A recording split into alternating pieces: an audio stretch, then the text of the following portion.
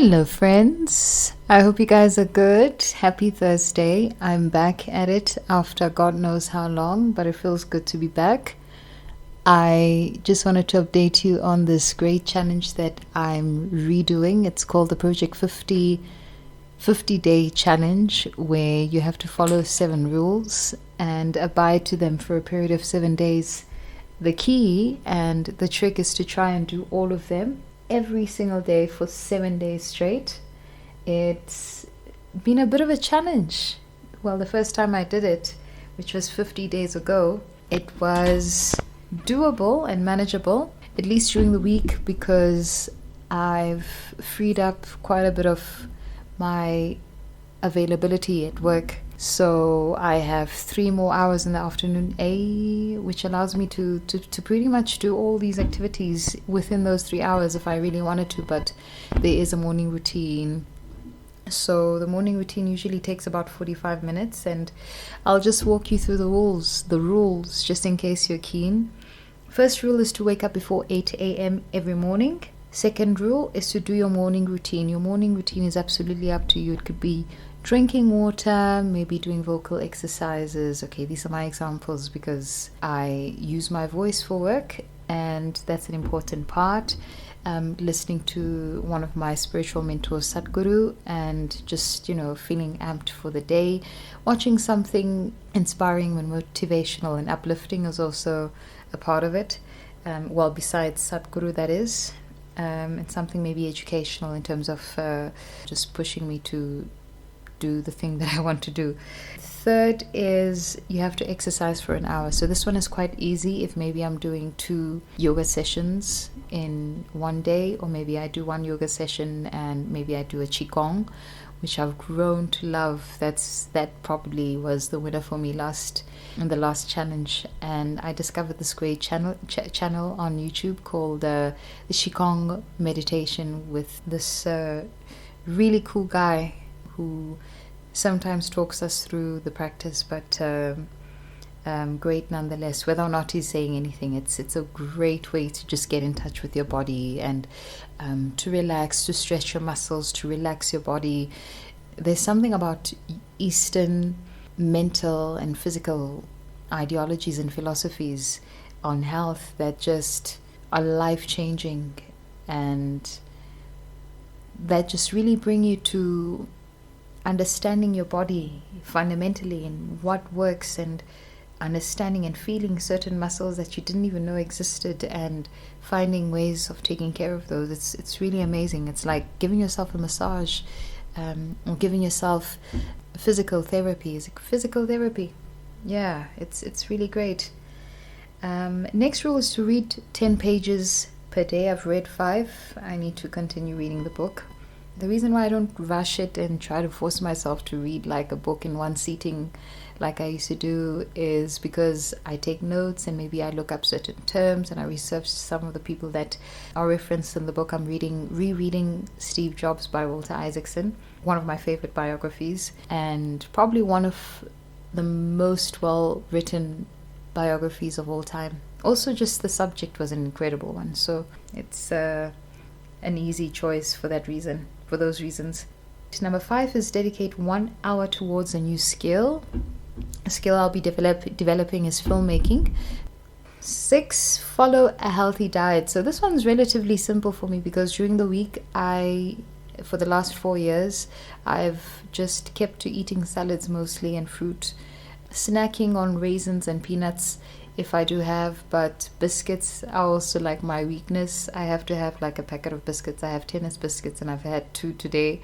I've had to limit myself because sometimes I can have 4 or 6.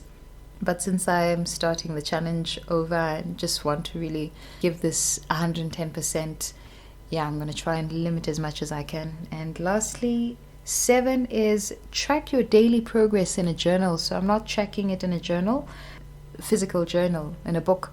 I'm going to be voice noting to myself on my phone like I've been doing, and also try to keep up with this podcast update and fill you guys in on what's happening.